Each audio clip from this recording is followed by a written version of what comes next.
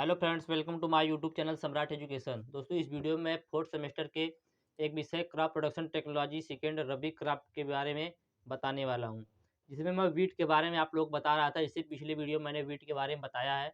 आप लोगों ने नहीं देखा तो उसका लिंक मैं डिस्क्रिप्शन में दे दूंगा। तो आप लोगों को इससे पहले वो जानना जरूरी है कि उससे पहले मैंने क्या क्या बताया, तो एक बार आप लोग सुन लीजिए, उसके बाद इसको शुरू करेंगे। तो उसमें मैंने बताया जो वीट है इसका वैज्ञानिक नाम। तो वीट का वैज्ञानिक नाम क्या होता है? Triticum aestivum. किस फैमिली से आता है वीट? तो ग्रेमिनी पोएसी फैमिली से आता है। इसमें जो क्रोमोसोम नंबर है वह 2n बराबर 42 क्रोमोसोम पाए जाते हैं। गेहूं का जो ओरिजिन है वह साउथ वेस्टर्न एशिया है। एरिया डिस्ट्रीब्यूशन की बात करें तो विश्व में सबसे ज़्यादा उत्पादन भारत में होता है, और विश्व में सबसे ज़्यादा क्षेत्र में उगाया भी जाता है भारत में। और यदि भारत में बात करें तो विश्व में सबसे ज़्यादा क्षेत्रों पर उत्तर प्रदेश में उगाया जाता है, और उत्पादन में सबसे ज़्यादा उत्तर प्रदेश में ही होता है। इकोनॉमिक इम्पॉर्टेंस की बात करें गेहूं की, तो गेहूं के आटे का उपयोग चपाती, पूड़ी, ब्रेड, केक, हलवा आदि बनाने के रूप में किया जाता है। यह मानव जाति की कुल कैलोरी का 20% प्रदान करता है। गेहूं के दाना में 10 से 12% प्रोटीन पाया जाता है। गेहूं जो दोस्तों होता है उसमें ग्लूटेन पदार्थ पाया जाता है, जो जो बेकर्स के लिए बहुत उपयोगी होता है। गेहूं का भूसा चारे के साथ पशुओं के बिस्तर का भी कार्य करता है। इसके पुआल से कागज बनाया जाता है। तो दोस्तों ये हो गया इकोनॉमिक इम्पॉर्टेंस।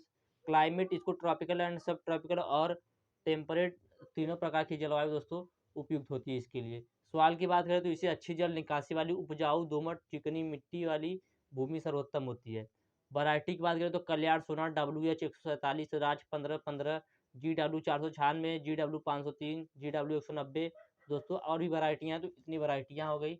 सोविंग टाइम की बात करें तो अगेती बुआई होती है नवंबर के पहले सप्ताह में कर दी जाती है, और जो समय से बुआई की जाती है वो 10 से 15 नवंबर तक की जाती है, और जो पछेती बुआई होती है वो 25 नवंबर से 15 दिसंबर तक की जाती है। सीड रेट की बात करें तो यदि बीज का आकार मध्यम है दोस्तों, इसकी जो सीड रेट होता है बीज आकार के आधार पर किया जाता है।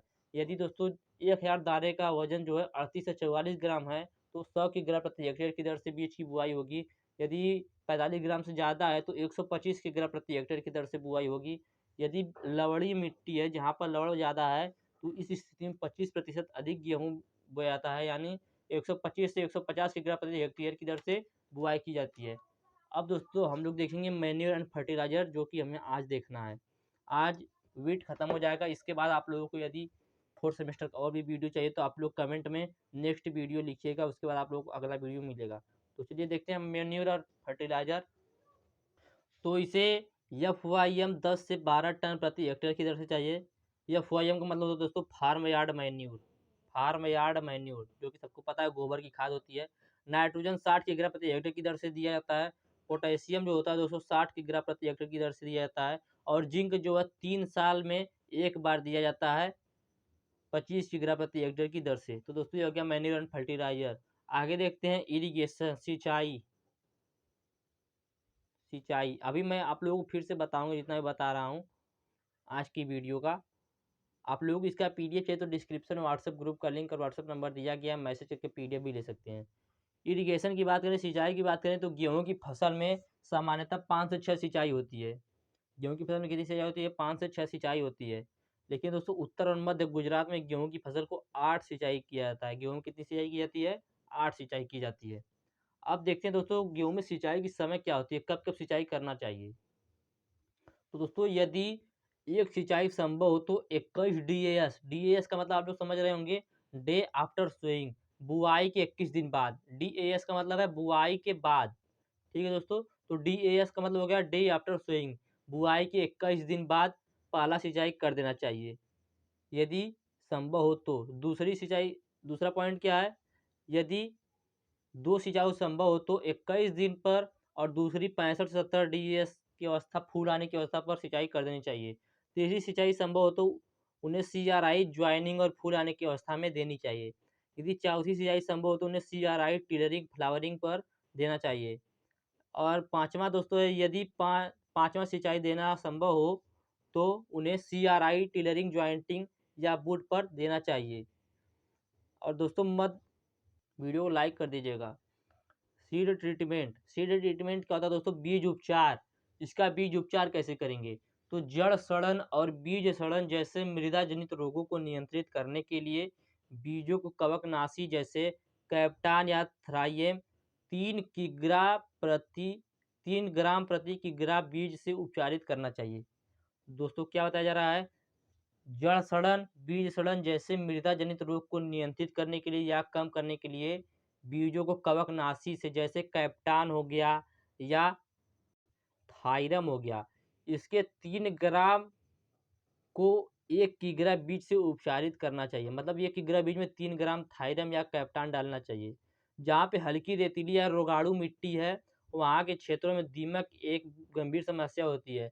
वहाँ बीजों को बाइफेनिथ्रिन या 5-प्रोनिल के 600 ml से 100 किग्रा बीज 5 लीटर पानी में मिलाकर उपचारित किया जाना चाहिए।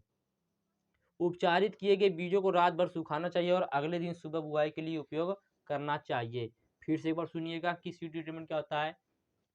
बीज उपचार, दोस्तों हमारा मुख्य उद्देश्य है आप लोगों को समझ में आना चाहिए। मैं जो बता रहा हूँ आप लोग समझ में आना चाहिए, और समझ में नहीं आ रहा तो आप लोग कमेंट करिएगा, फिर से इसी में वीडियो बनाया जाएगा। तो देखते हैं सीड ट्रीटमेंट क्या होता है। जड़ सड़न और बीज सड़न जैसे मृदा जनित रोगों को नियंत्रित करने के लिए बीजों को कवकनाशी जैसे कैप्टान या थायरम के 3 ग्राम प्रति किग्रा बीज से उपचारित करना चाहिए।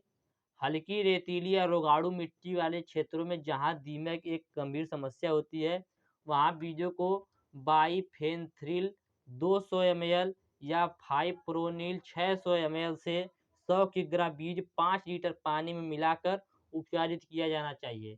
फिर उपचारित किए गए बीजों को रात भर सुखाना चाहिए और अगले दिन बुआई के लिए प्रयोग करना चाहिए। आगे देखते हैं डिजीज इनमें कौन कौन सा लगता है। तो जो इरिगेटेड होता है दोस्तों, उसमें लगता है ब्लैक रस्ट और स्टेम रस्ट, ब्राउन रस्ट या लीफ रस्ट, येलो रस्ट या stripe rust, loose smut, Karnal bunt, powdery mildew, ear cockle. तो दोस्तों ये सब लगता है कि इसमें इरिगेटेड में डिजीज है दोस्तों, ये सब डिजीज है। अनइरिगेटेड में एक लगता है सिर्फ रस्ट।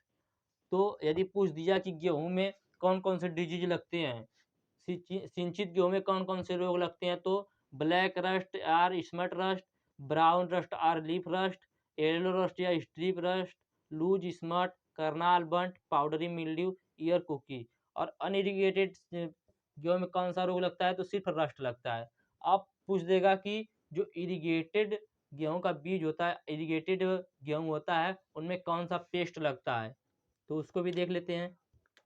तो जो इरिगेटेड बीज होता है उनमें टर्माइड, एफाइड और जैसिड जैसे दोस्तों पेस्ट लगते हैं। और जो अनइरिगेटेड बीज होता है, गेहूँ होता है, असिंचित गेहूँ, उसमें grass hopper, stem borer, year head warm और टर्माइड जैसे दोस्तों जो पेस्ट होते हैं वह लगते हैं। तो आप लोग इसको जरूर याद रखिएगा, एग्जाम पूछ सकता है। अब देखते हैं हार्वेस्टिंग कैसे होती है, कटाई देख लेते हैं और मड़ाई। कटाई और मड़ाई, हार्वेस्टिंग एंड थ्रेसिंग। तो फसल की कटाई तब की जाती है जब दाने सख्त हो जाते हैं और पुआल सुनहरा, पीला, सूखा और भुरभुरा हो जाता है। सुबह सवेरे हंसिए या अन्य औजारों की मदद से पौधों को हाथ से कटाई कर दी जाती है। फिर काटे गए पौधों को बंडलों में बांध दिया जाता है। फिर ढेर लगाने के लिए खलिहान में ले जाया जाता है और अनाज को आमतौर पर खलिहान में बैलों के पैरों के नीचे रौंद कर, पहले दोस्तों ऐसे ही थ्रेसिंग की जाती थी, या गेहूं को थ्रेसर की मदद से कूटा जाता है। और सुरक्षित भंडारण के लिए नमी की मात्रा 10 से 12% तक कम करने के लिए साफ अनाज को 7 से 8 दिनों के लिए खुली धूप में सुखाया जाना चाहिए। तो सुनिएगा हार्वेस्टिंग फिर से। हम दोस्तों या आप लोगों को ऐसे सिर्फ लेक्चर के माध्यम से बताना चाहते थे, लेकिन कुछ लोगों ने बोला कि सर नोट्स पे बताइए तो और अच्छे समझ में आता है, इसलिए मैं आप लोगों को एक बार नोट से बता रहा हूँ, एक बार अपने से लेक्चर के माध्यम से बता रहा हूँ, ताकि आप लोगों का जो इसमें क्लियर नहीं हो रहा है लेक्चर से क्लियर हो जाए। तो सुनिएगा, हार्वेस्टिंग, फसल की कटाई तब की जाती है जब दाने सख्त हो जाते हैं, पुआल भुरभुरा, सुनहरा, पीला हो जाता है।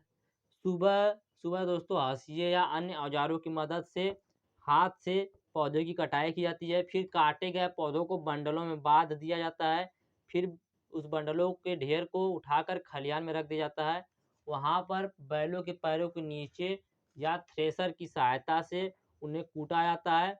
उसको दोस्तों कूटने के बाद भंडारण, यदि सुरक्षित भंडारण करना है तो उसके लिए नमी की मात्रा को उसमें से 10 से 12% तक कम करने के लिए साफ अनाज को 7 से 8 दिनों के लिए खुली धूप में सुखाया जाता है। तो दोस्तों ये हो गया क्या, हार्वेस्टिंग। अब देख लेते हैं यील्ड कितना इसमें प्राप्त होगा, उपज। तो 2600 किग्रा प्रति हेक्टेयर की दर से दोस्तों सिंचित गेहूं होता है उसमें उपज प्राप्त होती है, और 1000 से 1500 किग्रा प्रति हेक्टेयर की दर से अनइरिगेटेड गेहूं में दोस्तों जो है उपज वो प्राप्त होती है। तो एक बार जितना मैंने आज बताया उतना एक बार फिर सुन लीजिएगा कि दोस्तों इसमें मैन्यूर और फर्टिलाइजर से आप लोगों को देखना है। तो इसमें जो मैन्यूर फर्टिलाइजर लगता है इसमें FYM कितना लगता है दोस्तों, 10 से 12 किग्रा प्रति 10 से 12 टन प्रति हेक्टेयर की दर से FYM लगता है। नाइट्रोजन 60 किग्रा प्रति हेक्टेयर, पोटेशियम 60 किग्रा प्रति हेक्टेयर, और दोस्तों जो जिंक होता है 25 किग्रा प्रति हेक्टेयर की दर से 3 साल में एक बार डाला जाता है। सिंचाई दोस्तों इसमें 5 सिंचाई की जाती है, और जो उत्तर मध्य और गुजरात होता है उनमें 8 सिंचाई की आवश्यकता होती है। यदि पहली सिंचाई दोस्तों मैंने आप लोगों को बताया कि यदि सिंचाई संभव हो सके तो पहली सिंचाई 21 दिन पे कर देनी चाहिए, बुआई 21 दिन बाद, दूसरी सिंचाई 65-70 दिन बाद, और तीसरी सिंचाई दोस्तों जब फूल आने लगता है उस समय पर करना चाहिए। तो दोस्तों आप लोग 3 सिंचाई सिर्फ याद रखिएगा। उसके बाद मैंने बताया सीड ट्रीटमेंट। सीड ट्रीटमेंट क्या होता है, बीज उपचार। जड़ सड़न और बीज सड़न जैसे मृदा जनित रोग को नियंत्रित करने के लिए बीज को कवकनाशी जैसे कैप्टान या थायरम से 3 ग्राम दोस्तों, थायरम के 3 ग्राम, थायरम का 3 ग्राम रहेगा, और दोस्तों जो गेहूं का बीज होगा 1 किग्रा रहेगा। 1 किग्रा गेहूं के बीज में 3 ग्राम थायरम को मिलाकर उपचारित करना चाहिए। जहाँ पे हल्की रेतीली या रोगाणु मिट्टी वाला क्षेत्र होता है, जहाँ पे दोस्तों दीमक एक बहुत बड़ी समस्या होती है, दीमक लग जाता है, वहाँ बीजों को बाइफेन्थ्रिल के 200 ml या 5 प्रोनिल के 600 ml से 100 किलो बीज को 5 लीटर पानी में मिलाकर उपचारित किया जाता है। उपचारित किए गए बीजों को रात भर सुखाया जाता है और अगले दिन सुबह बुआई के लिए उपयोग किया जाता है। तो दोस्तों ये हो गया सीड ट्रीटमेंट। अब बात कर लेते हैं इसमें कौन कौन से डीजी लगते हैं। तो जो इरिगेटेड होता है उसमें लगता है black or smut rust, brown rust or leaf rust, yellow rust या stripe rust, loose smut, Karnal bunt, powdery mildew, ear cockle, और अनइरिगेटेड में लगता है रस्ट। दोस्तों ये जरूर याद रखिएगा, पूछ सकता है एग्जाम में। और पेस्ट की बात करें तो इरिगेटेड में लगता है टर्माइट, एफाइड और जैसिड। अनइरिगेटेड में लगता है grass hopper, stem borer, year head warm और टर्माइट। अब कटाई और मड़ाई की बात कर लें तो दोस्तों फसल की कटाई तब की जाती है जब दाने सख्त हो जाते हैं, पुआल सुनहरा पीला सूखा और भुरभुरा हो जाता है। सुबह दोस्तों बहुत से लोग होते हैं हाशिए या अन्य औजारों की मदद से हाथों से फसल कटाई करते हैं। उसके बाद पौधों को बंडलों में बांध कर खलिहान में ले जाकर रख दिया जाता है, वहाँ पर बैलों के पैरों के नीचे या दोस्तों थ्रेसर की मदद से उसकी मड़ाई की जाती है। अब दोस्तों फसल कटाई के लिए हार्वेस्टर आ गया है, और अन्य भी बहुत से साधन आ गए हैं फसल कटाई के लिए, तो अभी उन सभी की बात यहाँ पे नहीं हो रही है। और यदि भंडारण की बात करें तो इनके सुरक्षित भंडारण के लिए 10 से 12% तक कम कर इनकी नमी 10 से 12% तक कम करने के लिए अनाज को 708 दिनों के लिए खुली धूप में सुखाया जाता है। उपज की बात करें तो 2600 किग्रा प्रति हेक्टेयर की दर से उपज जो सिंचित गेहूँ उसमें प्राप्त होता है, और जो असिंचित गेहूँ उसमें 1000 से 1500 किग्रा प्रति हेक्टेयर की दर से गेहूँ की उपज जो है वह प्राप्त होता है। दोस्तों उम्मीद करते हैं हमने जितना था समझ में आया आप लोगों को। वीडियो अच्छा लगा तो वीडियो को लाइक कर दीजिएगा, चैनल को सब्सक्राइब कर दीजिएगा। और दोस्तों आप लोगों को यदि नेक्स्ट वीडियो चाहिए तो कमेंट में नेक्स्ट वीडियो लिखिएगा, और जिस सब्जेक्ट पे चाहिए, जैसे आप लोगों को इसी सब्जेक्ट पे चाहिए तो नेक्स्ट वीडियो लिख दीजिएगा रवि क्राफ्ट, या जिस सब्जेक्ट पे चाहिए तो आप लोग उसका नाम भी आगे लिख दीजिएगा, तो आप लोगों को इस सब्जेक्ट पे वीडियो मिल जाएगा। तो उम्मीद करते हैं आप लोग समझ में आया होगा। धन्यवाद, जय हिंद।